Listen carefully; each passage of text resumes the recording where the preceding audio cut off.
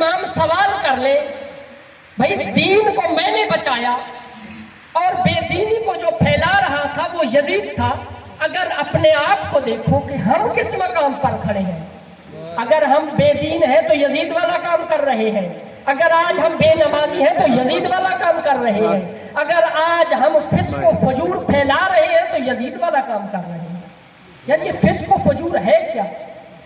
ہر وہ کام جو امر الہی، امر رسالت کے بغیر ہو وہ فسق و فجور ہے، جو اللہ کے دین کے حکم کے علاوہ ہو وہ فسق و فجور ہے۔ اگر فسق و فجور انجام دے رہے تو یزید والا کام ہے۔ جو کام یزید نے کیے، یزید بھی چاہتا تھا کہ نماز نہ رہے، ہم بھی نماز نہیں پڑھتے تو یزید والا کام ہے۔ یزید چاہتا تھا کہ روزہ نہ رکھا جائے، ہم بھی اگر روزہ نہیں رکھتے تو یزید والا کام ہے۔ پھر حسینی کہلوانا چھوڑ دیجئے کہ ہاں حسین والے ہیں نا، کام کون سا کر رہے ہیں؟ کام بے دینی والا۔ بھی شراب خور کا حسین سے کیا تعلق؟ بے نمازی کا حسین سے کیا تعلق؟ سارا دن جھوٹ بولنے والے کا حسین سے کیا تعلق؟ لوگوں کو سارا دن دھوکہ دے، جھوٹ بولے، ناپ تول میں کمی کرے، لوگوں کے اوپر ظلم کرے۔ اب ہم نے ظلم کو بہت بڑا درجہ دے دیا ہے کہ ظلم بہت بڑی چیز کا نام ہے۔ اگر کسی کا حق کھایا یہ بھی تو ظلم ہے، اگر کسی کے ساتھ ناانصافی کی ہے یہ بھی تو ظلم ہے۔ ہر وہ چیز جو اس کے مقام پر نہ ہو وہ ظلم ہے۔ آج ہم کام کون سا کر رہے ہیں؟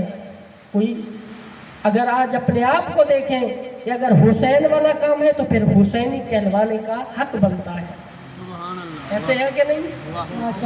اگر کام ہو نہ نماز پڑھی، نہ روزہ رکھا، نہ حج ادا کیا، چلو حج کی تو بہت سارے مومنین کی استطاعت نہیں ہے، زکوٰۃ، خمس، واجبات کو ادا نہ کیا۔ ابھی میں نے مومنین سے پوچھا کچھ دیر پہلے کہ نماز کیوں نہیں پڑھی؟ انتظام مجلس کے ہو رہے ہیں، مجلس کے لیے انتظامات کر رہے تھے، بھی نماز تو پڑھو۔ اور مولوی صاحب آپ نے تو پڑھ لیے، یہ کافی ہے۔ مولوی صاحب آپ نے پڑھ لیے، یہی کافی ہے۔ بھی انتظام کس چیز کا ہو رہا ہے؟ مجلس کا۔ مجلس امام حسین کا مقصد یہ تھا کہ نماز بچ جائے، نماز تو ہم نے پڑھی نہیں۔ پھر اس مجلس کا فائدہ کیا ہوا؟ مجلس حسین کا فائدہ یہ ہونا چاہیے کہ اپنی قوم کو نصرت امام حسین کے لیے تیار کریں۔ بھئی پتہ تو چلے کہ حسین والا ہے۔